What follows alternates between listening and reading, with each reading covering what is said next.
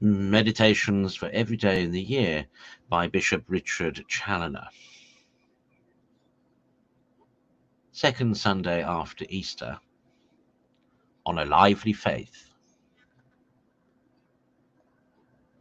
Consider first that the faith to which the Word of God gives such high encomiums, and to which it attributes all the great things that have been done by the ancient saints, is not a dead faith, like that of the devils, or of those wretched souls that are spiritually possessed by the devils, and who have little or no sense of divine truths, but a lively and active faith that penetrates into the invisible things of God, and makes them familiar to the soul, that sets them continually before her eyes in their proper light, and gives them a constant influence over every step that is to be taken in her mortal pilgrimage.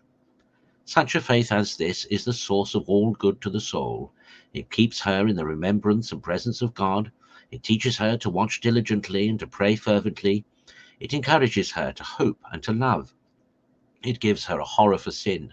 It completely arms her against all her spiritual enemies with a shield that is proof against all their fiery darts, with the helmet of salvation and with the sword of the Spirit, which is the word and truth of God, which puts to flight all the legions of hell who, when employed against them by a lively belief. But where this lively faith is wanting, all goes to wreck and to ruin. Lord, do thou increase our faith and make it lively. O grant us this true heavenly wisdom, and all good things will come to us along with her, and she will effectually bring us to thee. Consider secondly, how true it is that the want of a lively faith is the source of all the evils that overrun Christendom. Look into all conditions of Christians and see how sin and Satan everywhere reign, and how few there are, in comparison, that dedicate themselves in good earnest to what should be their only business. And whence comes all this? Do not these men all believe there is a God and an eternity? Do they not all believe that they were made by this God in order to a happy eternity? Do they not believe there is a heaven and a hell, and that living in mortal sin is the broad road to hell? Do they not believe in a judgment to come, and an all-seeing eye ever upon them, that is one day to decide their cause according to their works, for life or death everlasting? Surely they believe all this, or they are not Christians. But the misfortune is that their faith of all these, and such like Christian truths, is lulled asleep, or rather is quite dead. It has no influence on their lives. It puts little or no restraint upon their passions and lusts, so that in reality it is the want of a lively faith that fills the Christian world with all sorts of crimes, and that continually crowds hell with souls.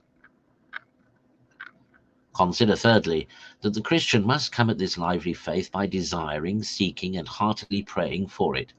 But the most effectual means of arriving at it is by serious considerations and daily meditations.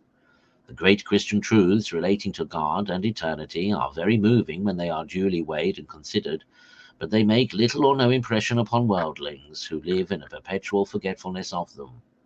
To bring forth a lively faith in the soul, they must take deep root there.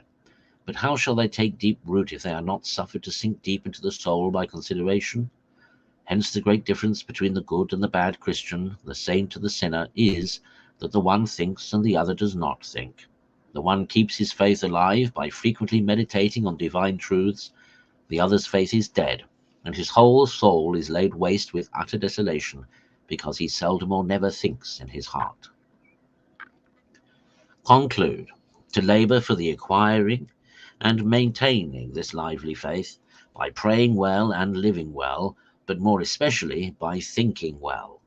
For without this, thou wilt have little or no sense of God in thy prayer, and little or no sign of God in thy life.